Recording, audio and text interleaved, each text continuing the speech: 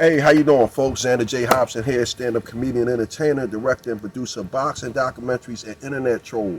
To those who need internet trolling, I'm here with one of Philadelphia's comedic legends, That's what's up. my big brother. I like that. My big brother, Malcom Hill. Yep. Now, we had a soul-building experience. I'm sure this man is going to tease me about hemorrhoids and putting microphones to my neck for the entire time that I know him. But big bro, man, we traveled down here together, man. Right. This was our first time formally soul building with each other, man.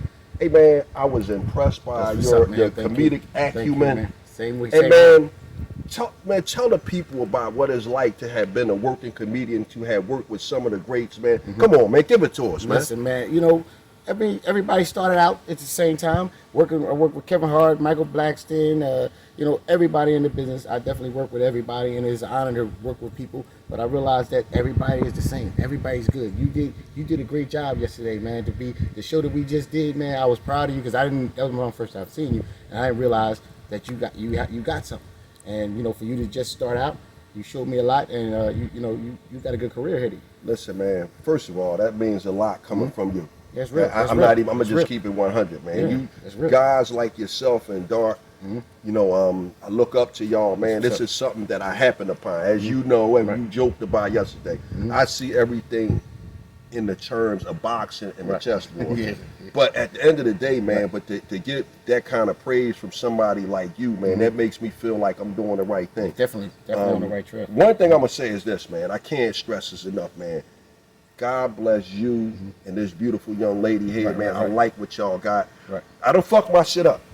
So, yeah, I know. I heard. So I want you. I want you to stay on track with this young lady. I can see that she loves and supports you. God darn, you can only drive for 15 minutes. You definitely have to have somebody around you that's in your corner that supports your career, and there's nothing better than having somebody that can go along this journey with you. One thing about this journey in comedy is lonely. Yes. You're going to be driving for 8 hours by yourself. You're going to be in a hotel by yourself, riding in planes by yourself. But if you can have a good woman that can support what you do and can be able to go on this journey to see the type of stuff like we had this somebody's house doing a private. We're in a zip code, man. We had somebody that owns a zip code. This man owns the whole half of the city, and we had his private house doing a show. So to have someone else experience what you're experiencing is definitely a blessing. It's it's nothing better than being able to say, "Damn, look at that baby," or "Remember that baby." Right. You know, there's no need for you to experience it for yourself. You have to share what's going on with someone else. You feel me? And this is one thing I gotta say. I gotta take a jab at you because I know I can't go back and forth with you verbally, sir. But you only capable of driving 15 minutes, sir. You got to take this young lady with you wherever you go, sir, because you ain't got no time in driving, sir. This young lady took over for you. It was a 9-hour drive. It was a 9-hour drive, and I gave you a good 15 minutes before I was falling asleep. It was a good strong, and y'all didn't realize y'all life was in danger at about 12. Right. But I tried to be a man because everybody was in the car. I tried to be a man, and I tried to say I can do this 9-hour drive. I gave you 15 minutes. And you know what I like most? You know what I like, brother? And this is why I have a fondness for both of you. Okay. I seen when that young lady reached over and put her hand on your shoulder and said, "Baby, pull over and let me do this." That's a good woman right there, sir. That's definitely when she stepped in and she knew that I was trying to be this big man and drive for 9 straight hours. We'll let you. And she wouldn't even ask for directions, sir. Well, once I swerved about 3 or 4 times, she said, "Let me take this." And she stays up and she drove us the rest of the way, man. It's a blessing though to have somebody and to work together with you, like listening to you like last night, the stories that you said, and you know, because you always put boxing into everything, no matter what we're talking about, and you say, "Well, yeah, that reminds me when Nate the Big Nose Butcher fought Jimmy Ray Boom Saney," right? And you put everything to boxing, and that is hilarious to me. Like, you need your own sitcom, man. But you know what I'm saying, and your stand-up was on point, man. I was proud of you because like when we it was 4 of us, me, you, Dark Child, Buddy Love. When we put on a show, we're a team, and if somebody from the team is struggling, you know, that messes up the team. But you held your own, and you did your thing, and then the rest of us did our thing, and it made for a complete show. So that's what I like. I like a complete show. I'm not in competition with nobody. I want everybody to do well. I'm not in competition with nobody, and I was proud of you, man. Well, thank you. Well, listen, let me just say this, man. As we get ready to go our separate ways, man, I just want you to understand this. I'm not the best comedian in the world, but I'm one of them. You said that yesterday.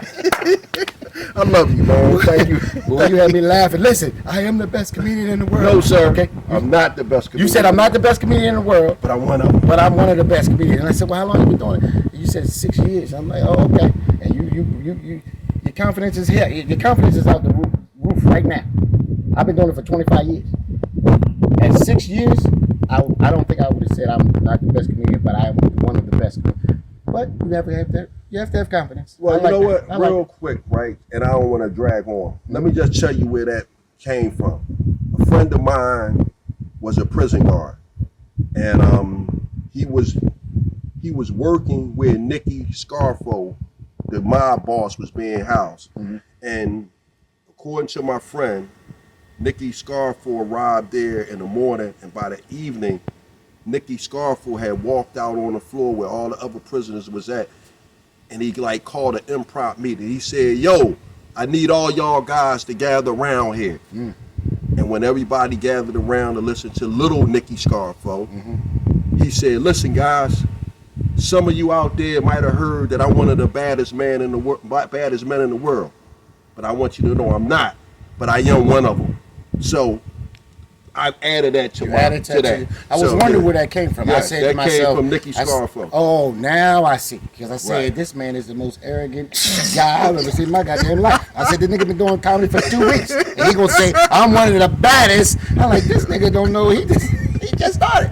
Oh, that's where you got it from. Okay, that came from Nicky Scarfo. Oh, now I get it. Because I was like, this motherfucking arrogant as shit. Hey, man, I love you, big brother. I love you too, man. Thank you. Good working with you, man. I'm going to see you down the line, man. And it was an honor working this show with you. And I know we're going to be, doing some shows again together. Bam! Follow Comedian Malcom Hill on Instagram at Comedian Malcom Hill. I got to do a little shameless plug. Right. There you go. Yes. Thank you.